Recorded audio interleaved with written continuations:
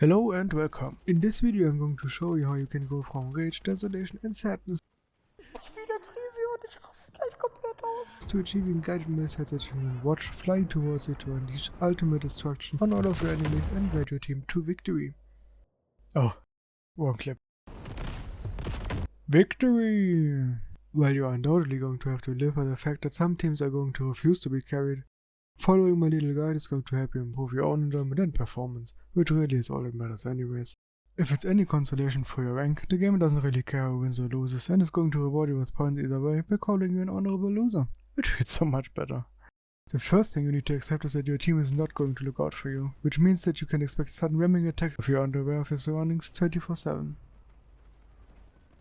In this example, I was sure that I was going to spawn in relative safety, when an enemy suddenly tries to hug me, which I violently oppose, only to find more people looking for a cuddle around me. What I'm trying to say is that you should basically pretend that anyone not in your squad doesn't exist. I would have included squad mates you're not in Discord with, but spawn points are important in these games. You should still be reviving your teammates, of course. You will need them to push or hold over a frontline after all, and it's good to be a nice human being. Some might even thank you for it, though I couldn't get a clip of that happening. What I recommend and what you're going to see in most of my background clips is to always be prepared, pre-jumping and aiming at every corner that could have the little chef from Ratatouille hiding in it. If you start paying more attention to what could happen and improve situational awareness, you're going to develop a sixth sense for what's going on around you and what to expect, making it much easier for you and much harder for enemies trying to do something sneaky. Now let's switch from this very positive mindset to more applicable recommendations. Taking a map of Shafted as a simplified example for the typical layout of a map, we can see that you get flanks and hotspots. Every second actively spent in the hotspots of a map is usually an ineffective meat grinder just waiting to see which side successfully flanks first, which introduces us to the concept of impact.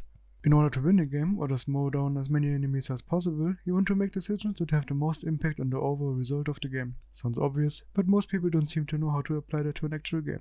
For example, most hotspots boil down to both teams establishing a frontline and just hammering at each other basically forever, hoping for a breakthrough, which, because of the way the game is designed, can practically never happen. Every time someone dies, they wait 6 seconds and just spawn back at the front, meaning you would have to fully wipe a squad in seconds to achieve anything, which is just not going to happen if both sides are shooting from cover and just one squad mate stays alive. Therefore, you're going to want to be extremely opportunistic, looking for flanks and chances to push through enemy lines and, well, start farming kills. Taking control of the pace from the enemy gives you more than enough opportunity to surprise or catch them off guard, giving you easy kills and an opportunity to collapse the whole flank if no one realizes what you're doing. Always just go for every chance you get, and over time you will learn what works and what doesn't. The best way to learn is by making mistakes, so by taking as many calculated risks and mistakes as possible, you get the best and fastest results for improvement. While that approach might seem a little painful at first, it's going to help you much more than staying in the back and playing passively. I certainly didn't start out perfect, but over time and with the right mindset as well as a few hints to guide you, everyone can achieve massive improvement. Taking a very active role is usually much more fun as well. For me, realizing an opportunity, walking up behind 6 enemies that have no idea I'm there is pretty close to an ideal situation. Even if it's only to shoot half my mech into the wall and only kill 2, everything's a learning process if you consciously think about what's going on and how you may have failed.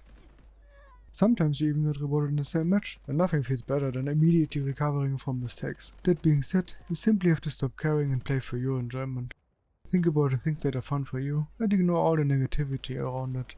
For me personally, I started solely focusing on my own improvement and how I can dominate, taking each death as an opportunity to think about what I could have done better. If you don't think you can do that in the moment itself, just record your gameplay and review it later. When you actively start noticing what you're doing wrong, the problem is going to get adjusted by itself. Just need some conscious effort. Applying all of this while making a conscious effort to improve and accept mistakes is going to be your fastest way to get better at the game. The gameplay proves that overall structure very well. Learn, improve and enjoy. There is much more fun to be had when you actually know what you're doing, and the only way to do that is by testing and pushing the limits over and over again. There have been way too many times my eyes were forced to see an opportunity or vehicle go to waste because the players just didn't know any better. So let me give you a few more practical tips for infantry and vehicles to build on. For my infantry games, I usually start by planning my route and what I want to do. You always want to be doing something. Pushing, flanking, capturing, whatever.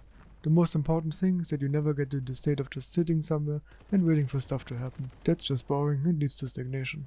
Even if I die a few times, I can always rely on my experience and what I have learned to carry me through the game, and now pretty much every game is a good game for me, because I know how to make it enjoyable regardless of what happens. Don't let the game, or anyone, besides me of course, tell you what you can, can't or should do. When it comes to reviving, you want to make sure that a downed teammate is in a safe place and preferably on your route as well. Don't go for extended hikes just to revive someone in a bad place, only to get yourself killed. The risk you should take increases with the number of downed teammates. If you see an opportunity to revive a whole squad, it could enable your team to win a point, and if you're going for score streaks like the guided missile, it's going to be a good bump for a score as well. On the other hand, on the rare occasion you die yourself, it's always good to do a quick 360 and look if anyone is coming to revive you before angrily hammering at your spacebar waiting to respawn. That would waste your chance to keep going and be a potentially very sad moment for someone that might die trying to save you. On the topic of respawning, if you're in a Discord squad, you're going to want to keep an eye on the number of people that are alive within it. If your whole squad dies and you didn't have a beacon, you're now going to enjoy a nice, long and windy walk back to the front line, which can easily be avoided by screaming at your mate to chill in the corner for a few seconds. That being said, I would recommend to always include at least one recon and one support in your squad.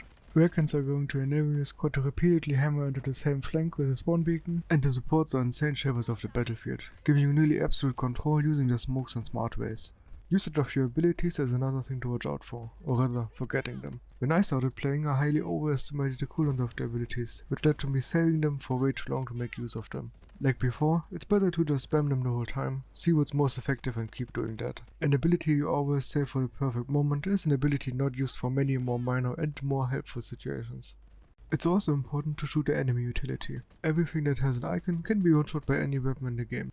The flashes, support drones and the stun can all be destroyed very easily due to their giant hitboxes. The loitering drone especially is always a good target if you aren't actively fighting at the moment, because it can devastate your team's vehicles and it's always just sad to die to it. While that might not benefit you directly, just imagine a world where you can play in peace because everyone shoots all of that annoying stuff. Quickly comparing the score streaks, I would say that the only things you realistically want to get are the strategic beacon to potentially turn the game around, vehicle dwarfs because vehicles are very fun, and the guided missile because nuking half the enemy team is definitely the most satisfying thing to do. The artillery barrage is just too expensive for the small value it provides, only being useful if you're sure you won't get enough score for something better. The smoke barrage is basically just a drone smoke from Stinger but worse, because there is a good chance for it to hinder your team more than the enemies.